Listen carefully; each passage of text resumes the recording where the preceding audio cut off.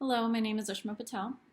Thank you to ICS and the scientific community for giving us the opportunity to present our research on updating the prevalence of urinary incontinence in adult women using 2015 to 2018 data from a national population-based survey. I have no relevant financial affiliations to disclose. The National Health and Nutrition Examination Survey, or NHANES, assesses the health and nutrition status of non-institutionalized U.S. population through interviews and physical exam. Although in existence since the early 1960s, the survey has been conducted continuously since 1999 and examines a nationally representative sample of about 5,000 people in a total of 15 different counties across the country each year.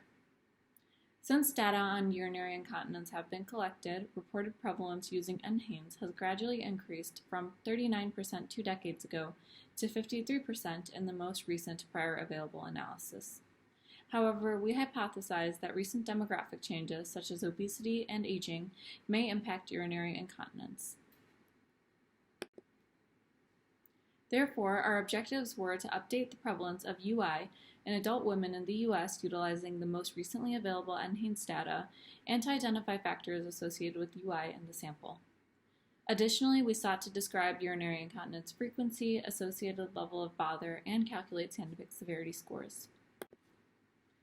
We used de-identified publicly available data from the 2015-2018 NHANES sample for this IRB-exempt analysis. Descriptive analyses characterized the sample and the prevalence of urinary incontinence. Logistic regression identified factors associated with UI. We also calculated an estimate of the number of adult women experiencing UI in the U.S. using American Community Survey population totals. The study utilized data from the 2015-2018 NHANES. We limited our analysis to women who had completed the mobile examination that included the standard urinary incontinence questions. A total of 5,006 women were included in the analysis. The overall prevalence of UI in adult U.S. women was 62%, consistent with a total number of almost 76 million women.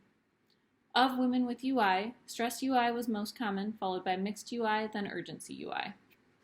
Of the 5,006 women in the sample, 32.4% of women reported a frequency of UI symptoms a few times per month, and 9.8% of women reported daily UI.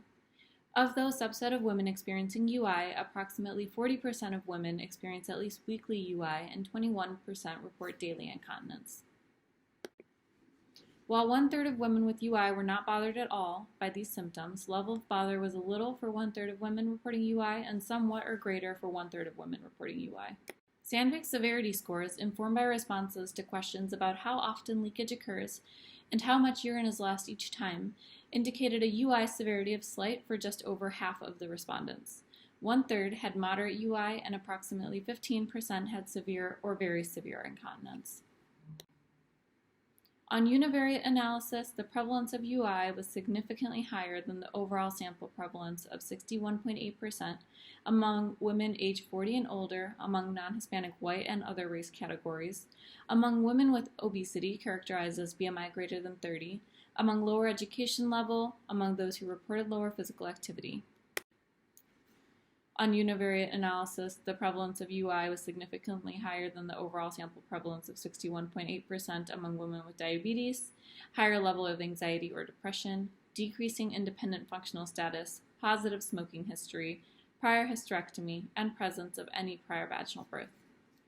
In the multivariate analysis of demographic and medical history factors, increasing age, overweight or higher BMI, anxiety, depression, functional status, non-Hispanic white race, and prior vaginal birth were associated with UI.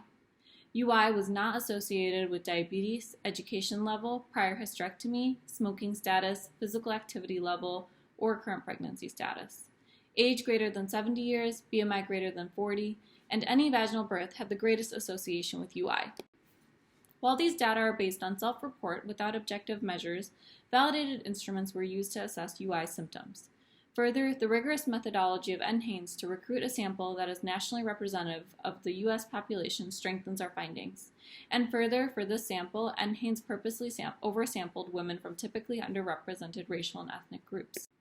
In summary, almost 62% of adult U.S. women have UI, And of these, 40% have at least weekly UI, and 1/3 are somewhat or very bothered. This is higher than prior estimates using 1999 to 2004 data, which range from 38 to 49%. The strongest associations with UI are age 40 or older, obesity, and prior vaginal delivery, consistent with our hypotheses.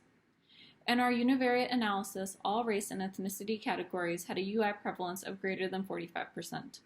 Although race is reported as a variable in our analysis, it must be emphasized that race is not a biologic variable and stands as a proxy for sociocultural and particular historical processes and experiences. Social constructs like race should not be viewed as risk factors for diseases, but rather open investigation into types of institutional and socioeconomic health determinants that lead to varying presence of these outcomes. Given this high and increasing prevalence, we recommend routine screening for UI as part of preventive care for all women. Thank you very much for your attention, and I look forward to your questions. And these are my references.